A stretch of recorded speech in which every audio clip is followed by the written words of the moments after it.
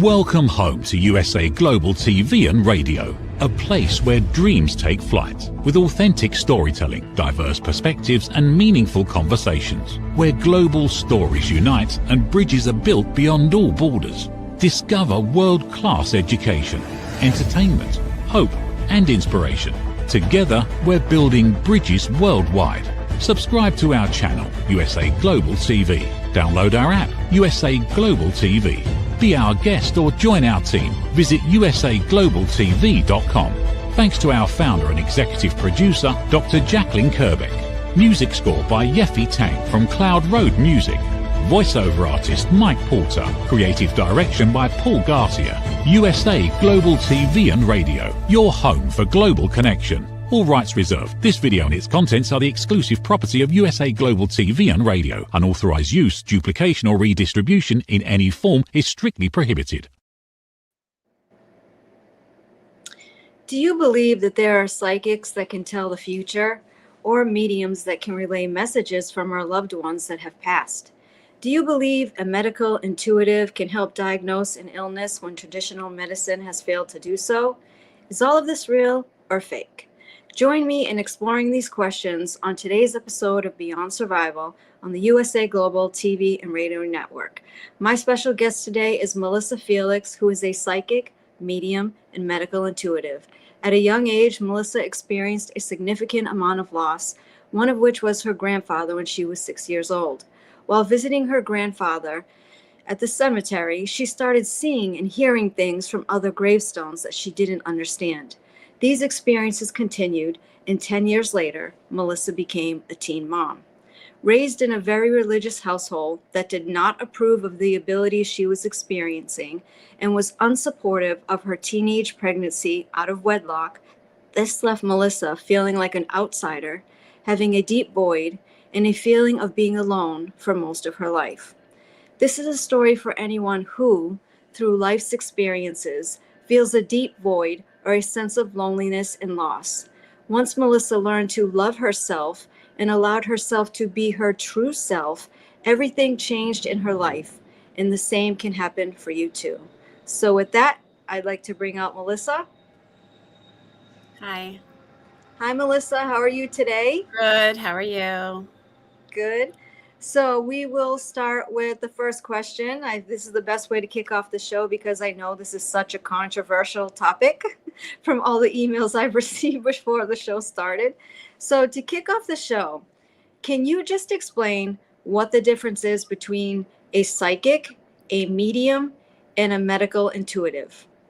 Yes. So a psychic is someone who connects with the person's energy to give them kind of clarity on things like life path or career, love, advice, maybe like purchasing a house. And then mediumship is when you're connecting directly to someone's loved one who has passed over.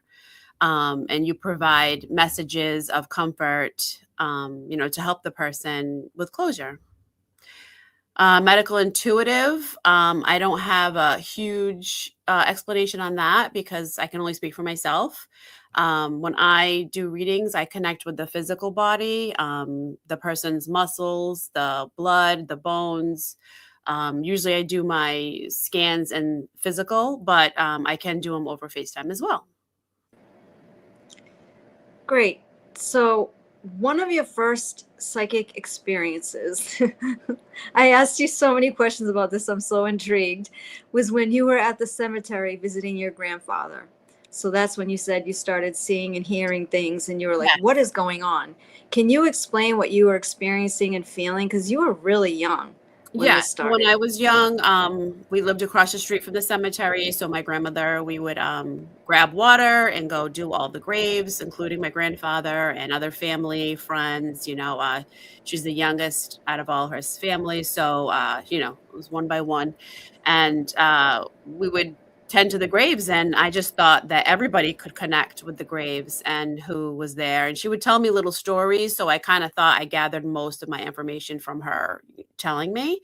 But then as I got older, and then I realized there wasn't a lot of people that were on the same page, then I realized that I was communicating and other people were not. Right. That's a lot to take in at 6 years old.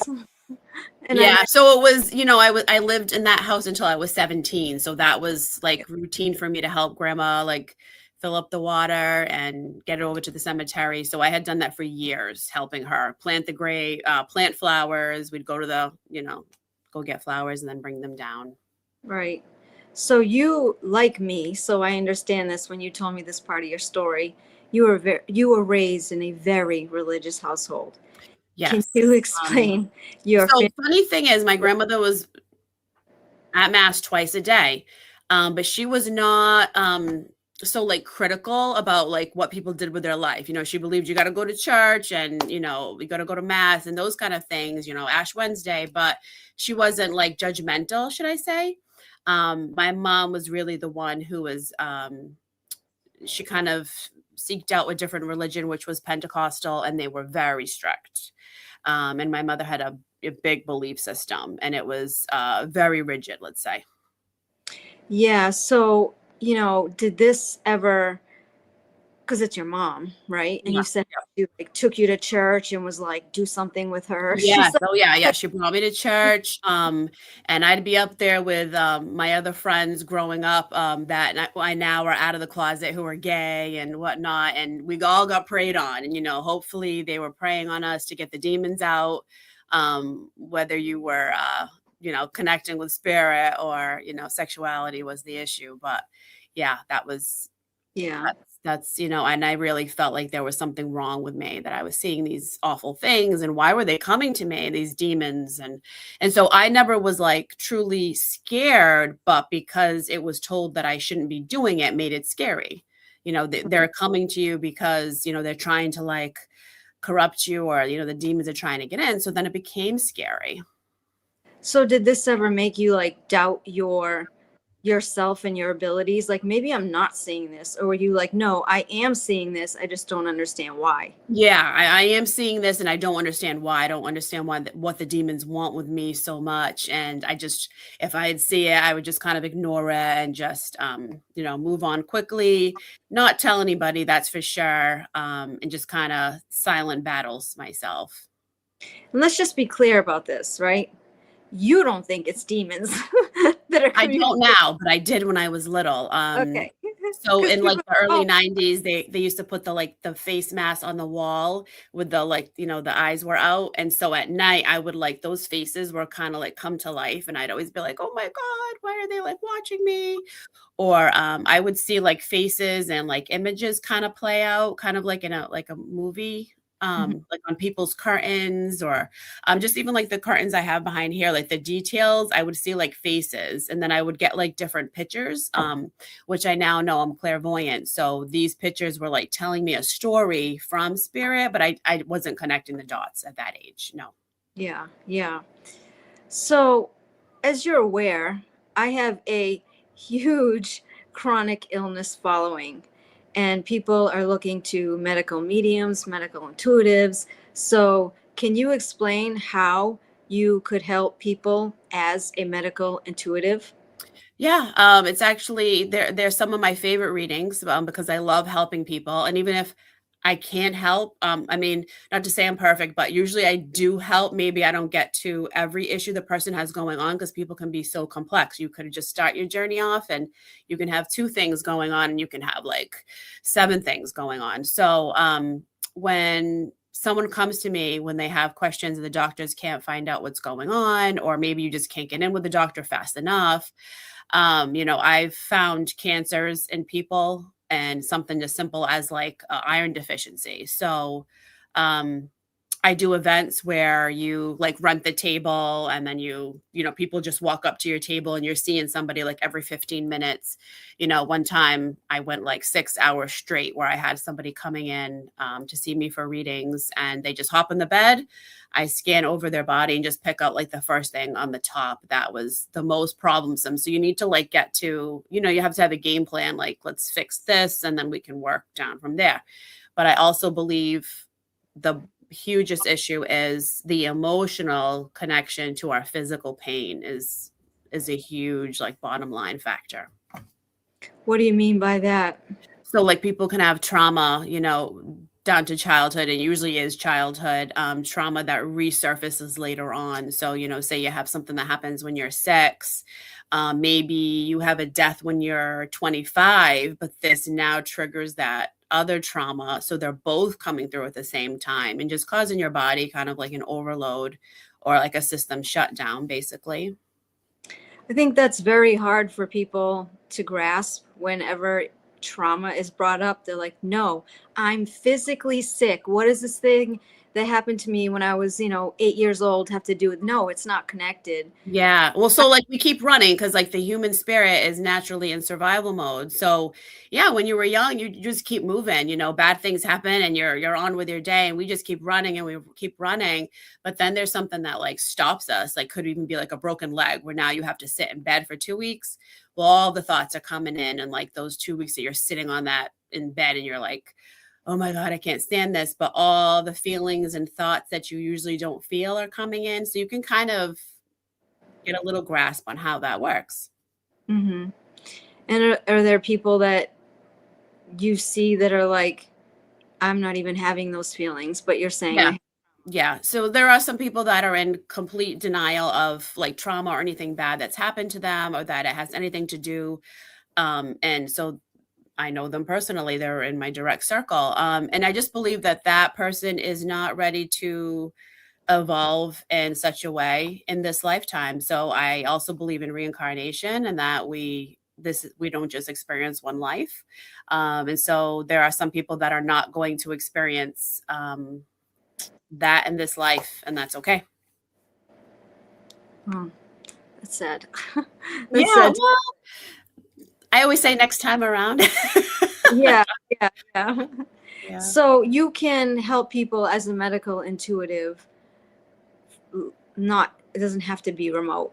I mean, it doesn't have to be local. It can be remote. Yes. Yep. I do it over FaceTime. I've had clients in Hawaii and Alaska and all over India, Africa. I've had like pretty I don't know, what do you want to say? All over clients. So Yeah. I have to ask because so many people said I needed to reach out to a medical intuitive. Yeah. So I was like, okay. I love my like long distance clients because they can't find anybody nearby that understands what they're going through, and I love to help. So before this interview, I've had a lot of people reaching out to me. Like I said, I know it's very controversial. There are people like, oh, I totally believe in that, or they bring up you specifically help them, or a different one help them, or what they believe and they don't believe. But, there are other people that are like, these kinds of people, meaning you, psychic medium, can find out all about me on social media. And so they already know me before they meet me. So I can't trust this process, and I don't think that this is real. So how do you respond to people that say things like this? Because, 20 years ago, you wouldn't have been able to do that with social media. Right. Now it's there. So how do you respond? So I would always say go with like what your heart feels. So if you're like not feeling connected to the person that you're going to work with, like normally people are just instantly drawn to me, and then they immediately find comfort in what I provide. If you don't feel that, I always say kind of like wait until you're ready. But also when I do vendor events, so I'm just renting a table and I'm coming to this event and I'm going to be there for 4 to 6 hours. I have no idea who's attending. Nobody knows because it's just a walkthrough event. So people are coming up to my table. I mean, you could lie to me and be like, your name's Lisa, and I have no idea. And you lay on my table. I have no idea about your background or where you even came from. Some people come, from all over cities nearby. Also, when people book online with me, they're using like their mom's credit card or their husband's. I don't even know who's coming in, the husband, the wife, the sister-in-law. I also get paid through gift certificates, and, those are also, from gifts. So you don't really know who's going to be on the reading until I literally pick up the phone and then I'm doing the reading, or if you're walking in the physical. Mm-hmm. So what would you want viewers to know about what you do, especially non-believers? I feel like if they're non-believers, I'm not here to to change their mind on that, but if you are feeling like, you're lost and you need help, I feel like I definitely have a lot of patience with people, and I have a good way of explaining and making people feel comfortable. So I feel like I'm the one to reach out if you have any questions. Although I can't spend hours answering questions, but I always just say wait until you feel like you're ready. Wait until your heart and your soul is okay, I'm ready for this. If you're really feeling a lot of conflict, I just say wait until you've done your research and maybe you've asked me some questions and you feel better about it. Right, right. It seems like, in hearing your story, like when we talked, how much angst you felt at a young age, right? Oh, I had Yeah. debilitating anxiety. Yeah. I'll tell anybody I have veneers in the front of my mouth because my anxiety was so bad when I was young, I would throw up. Oh, wow. Yep. Yeah. And so I would enter the room and the energy of other people would impact me so deeply, and I didn't understand. I thought it was me. So, oh my goodness, I would not like that. yeah, no, Get out of me.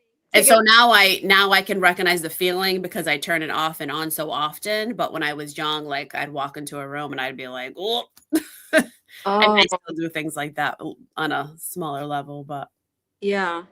It seems like the things that have brought you peace and happiness, like your gift in helping people, is the same exact thing that caused that void and isolation in the first place, because you were ostracized by your family and demons and all that stuff. Is that an accurate statement?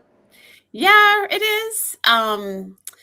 It's funny because I kind of I would avoid it.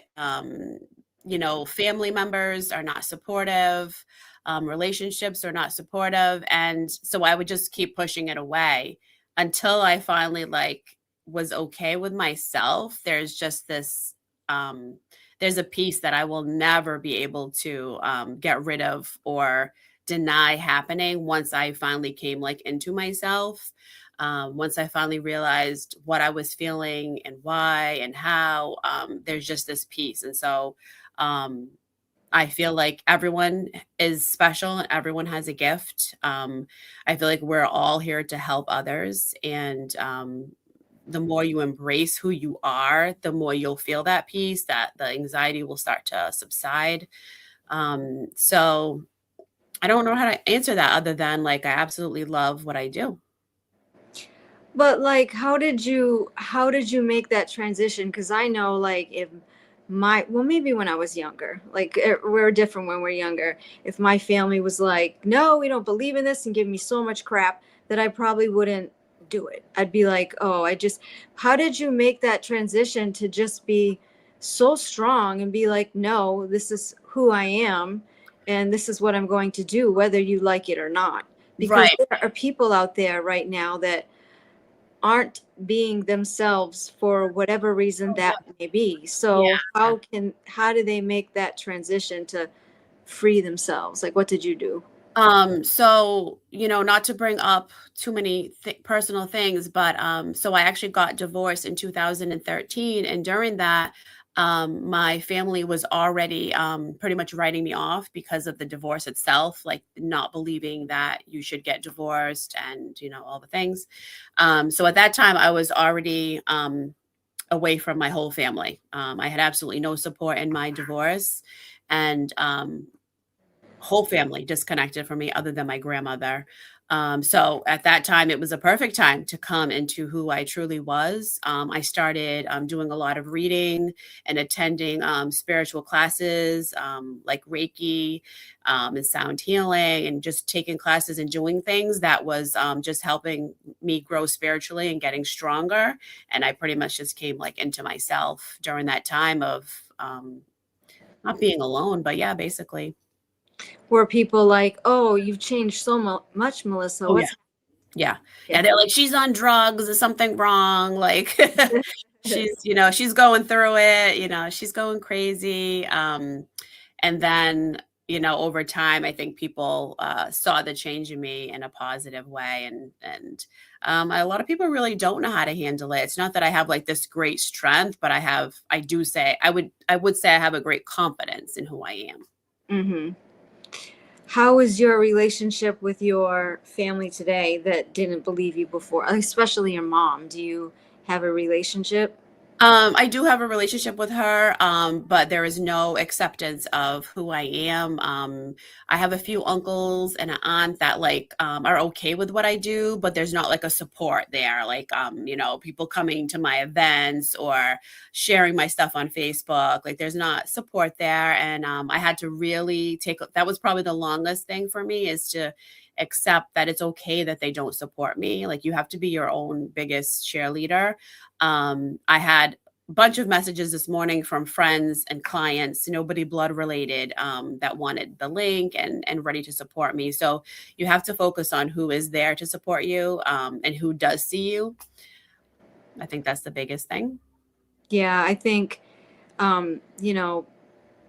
it's really hard because it's your family and it's who you grew up with, and Oh yeah. by a lot of mom. But like, even for me, like being sick, you realize that some of the biggest disappointments actually come from the people that are the closest to you, and you make your family what you want it to be. That could be your friends on social media, that could be friends close to you, but family and supporters don't necessarily mean blood. Mhm. Yeah. Yeah, totally. My clients, I can't even tell you the things they do. Some of them will follow me to like different cities when I do events. Just show up and say, "Hi, I just want to see you." I can't even tell you how much support I get from my clients who were completely strangers at one point. I do a lot of things for people who have addiction, and I still have like such a huge following from people I've seen at like sober houses. They'll message me just to like tell me that I've changed their life and I've helped them, and I feel like that's all I need, like just to know that I help somebody, they're doing well. I really don't need anything else. So how do you help somebody like that, like at a sober house? So I believe that, again, the emotional connection to the trauma later on is where it comes from. So a lot of these guys at the sober house, I've never done, women have it too, but I've never done a woman's sober house. A lot of these guys, when they were young, they had a lot of things happen to them, with addiction in their own home. Both parents are addicts. Abuse, whether that's physical, sexual, verbal, and all that stuff. We were told to push that down and keep it moving and keep going forward. And some of these guys, they have big jobs. They're cops or they're firefighters, and they're trying to just make it through the day. And what do? We tend to grab a few drinks, and then a few drinks lead to maybe we need some pills to get through this, or and whatever else we do with addiction without going into details. But all these things that just help us get through the day, between the workload and the trauma from childhood, it just at one point comes to a place where you have to face it. So that's how you get people to heal, is through the things that you see or the messages that you're relaying to this person. Yep. It's somehow triggering something in their mind that's helping them to heal. Is that how it works? So sometimes we push things down so far that we no longer even think about them. And like, why would you be thinking about, like, just say, you were sexually abused at 9 years old. Why do you need to think about that when you're 40? Well, if you've never told anybody and you're still conversating or in the person who did it's life, like, how do you think that benefits you? Like, it's a big secret and then no one in the family knows, and you're supposed to just pretend it didn't happen. How do you think that's going to affect you over time? So sometimes me just going deep down into like what it is that's truly bothering them and bringing it up and letting them know that they're seen is just enough. Can you see, like, from your experience, what are the biggest things that you see that trauma does to people, like to their bodies, or what like? Well, for men, I feel like it's usually men usually go the addiction route where women usually go to their body shutting down, where it's like, I have a lot of clients with MS, fibromyalgia, arthritis, but I also believe there are medical links to that. So like a lot of deficiencies are also involved in this. So it's not just like, you can't just physically have all these ailments just because of an emotional thing. It's a combination. But a lot of our emotional trauma just sits so heavy with us. Like, say you're married to somebody for 20 years and he's been abusive, like, where is all that energy going to go? If it's not coming out, if you're not telling your parents, you're not telling your friends, you're keeping that to yourself, it's all inside. So eventually it needs to come out, and it'll come out in physical ailment. Have you ever read the book? The author's name escapes me at this moment in time, but it's called The Body Keeps the Score. No, I haven't, but I believe that. It's exactly what you're talking about. It's like any little thing that happens to you in life is stored in your body, in your tissues, in you, whether you realize it or not. Yes, it's in your DNA. Right. And so our DNA has memory. Our cells have memory. So say in the beginning of June, you had an awful trauma or like a death that happened to you, and all of a sudden, at the end of May, you're like not feeling yourself. You're starting to feel like just kind of wanting to go within. And then you realize like, oh, it's June 3rd. This is the day somebody passed, or, whatever else happened. You can always draw a connection if you use a calendar. I always tell my clients, write down when you're like having bad days, write down when you're feeling that like that spiral, and then you'll connect the dates. It'll happen every year at the same time. I can almost guarantee. And one of the questions I asked you was, can you not reach certain people? Because I'm sure there are people that have come to you that they're like, oh, can you find my mom or my grandmother or whatever? And you can explain what you told me. There's, for me, every psychic is different. For me, there's no one I can't reach. Sometimes people want you to say something that spirit is not going to say. Feelings and emotions are totally different once we've crossed than how we're experiencing them here in the physical. So sometimes people are like looking and searching for certain things to be said that aren't. But there's nobody that I have not been able to reach yet that has crossed over. Do you ever get people that are like angry with what you tell them?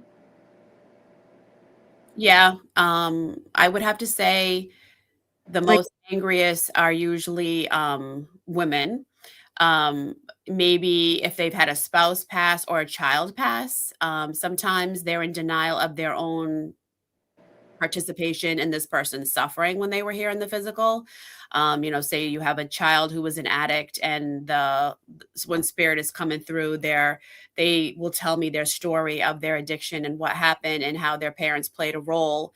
And sometimes the parents still don't want to take responsibility here in the physical, and that's okay. So we all have choice. And sometimes they're not ready to hear it. I definitely deliver the messages with like love and patience. But I do have to say the truth. Sometimes they aren't ready to hear it. Yeah, because I would imagine people that come to see you have no idea what you're going to say. Oh, no, they don't. I know. And so I always have a hard time with that, because sometimes they're like, what? And I'm like, oh, it gets personal. So I will see everything that has ever gone on in your life in the reading that needs to come out. So like, you go to the grocery store is not going to come through my reading, or what you're doing in your privacy, but like everything emotional and physical that needs to come out that has to do with healing from spirit and you will come out in the reading. And sometimes people are not ready. So normally it'll like knock at the door, and then I say like, hey, do you remember when? And then if you're like not ready to open the door, I pull back and I switch topics. Some people are ready, some people are not. Yeah. I just lost my train of thought when you were saying that. Yeah, it's usually women, and a lot of times it's moms. Like they're not ready to accept the role they played in their child's suffering, and I get it as a mom. But we are also responsible for a role we play in our own suffering. So there's a lot of inner work, that needs to be done. And sometimes it takes a little while. So then would you say that the thing that you heal from most people is really trauma? It is a lot of trauma based especially when it comes to like my healing sessions, but not for like a regular medium, reading. Like somebody wants to just connect with their grandmother and just hear how much they love them and, how they loved baking with them. Those can be, just very smooth going, not too much trauma or too many sad tears in those kind of readings. I would imagine, do those people keep coming back so they can keep? Yeah. Yeah. I always tell people like, don't come like, you can't come like every week. No, but at 6 months, once or twice a year, I'll take the client and, let them connect. And I don't have a problem with that, but a little too much is you have to kind of set boundaries sometimes. Yeah. So can you leave our message with leave our viewers with a message of hope? So that message of hope could be how to be your true self, how to carry on when you've lost a loved one, like anything, because you've seen so much stuff in this life. Like what message of hope can you give people that are struggling day to day? Well, I believe our purpose here is definitely to help others. That's our first purpose. And it doesn't mean that you're like, physically picking someone up, taking them to the grocery store, but even helping someone by like holding the door. So being mindful of others, being compassionate, love deeply, forgive often, just knowing that other people's actions usually have nothing to do with your own, um, and trust what's meant for you, pretty much. And what's the biggest takeaway you want people to know about this is a industry? Is that the right word? I don't even know what to say. Medical, psychics, Yeah. what's the biggest takeaway you want people to know? I believe that spiritual intuitives are more accepted now, and I believe that we're here to help. As people evolve, I believe it's more accepted now. So the biggest takeaway is that, that's what we're here to do, is to help people heal on a deeper level. And I think it's just happening more and more as we evolve spiritually as a collective. So if people want to reach you and book time with you, how can they do that? So they can go to my page and you can book an appointment right on my link. And if finances are an issue, I do work with some people and do things on the side. So that's definitely an option. Just need to message me and we can discuss it. So they just go to that website and Yeah, you can go to my Facebook page and then like I usually post things during the week, like if I have openings, but I always have openings on my Square link, which was right on my page. And you can just schedule yourself. oh, she's pointing to it. Soul Destiny Square site. That's what they would click, right? Yep. Okay. I do make house calls. I do house parties, so you can have like more than one person at the same time. But you can always message me for any questions that they may have. You can't do parties like over Zoom. I could. Yeah. Yeah.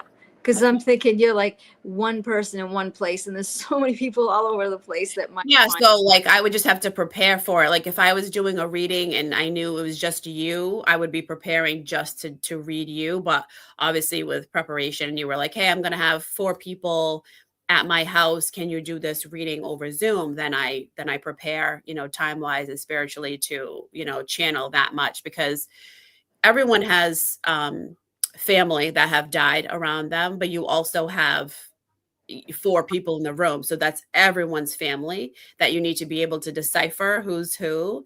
And spirit can only like hijack one of your senses at the same at a time. So like grandma could be coming in, I'm seeing her, but then I'm like feeling your uncle and smelling your aunt. And so like all your senses are being used at the same time and you have to know how to decipher what's what. So you need a little preparation for that.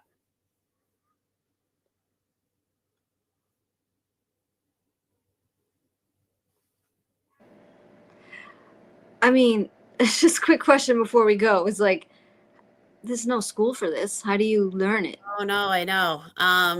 Like I told you, I had a little bit of, time to myself where uh, I came into myself and then just lots of reading, lots of practicing.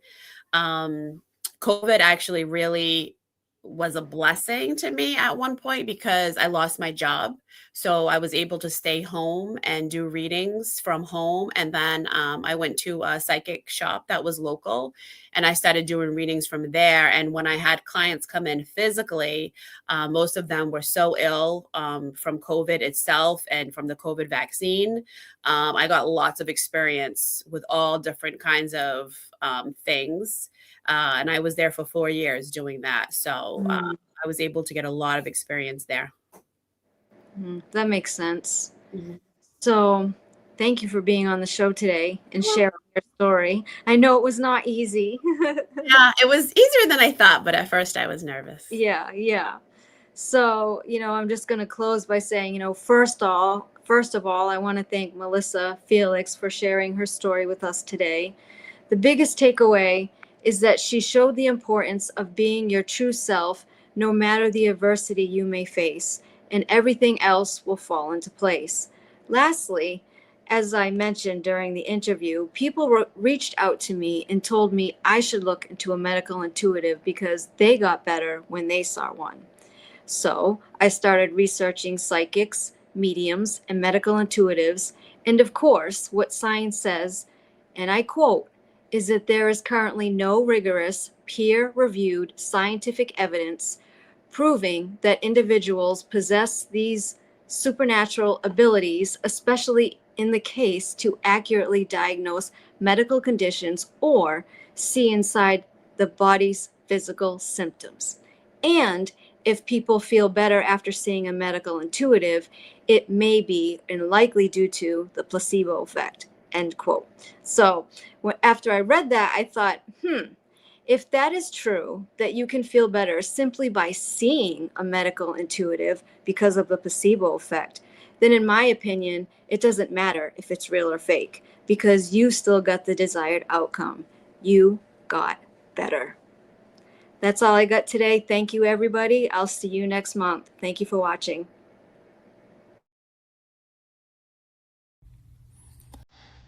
Every day, we wake up knowing what we should do. We know we should take better care of ourselves. We know we should have the difficult conversation. We know we should stop making excuses. We know we should invest in our future. We also know we should take the first step.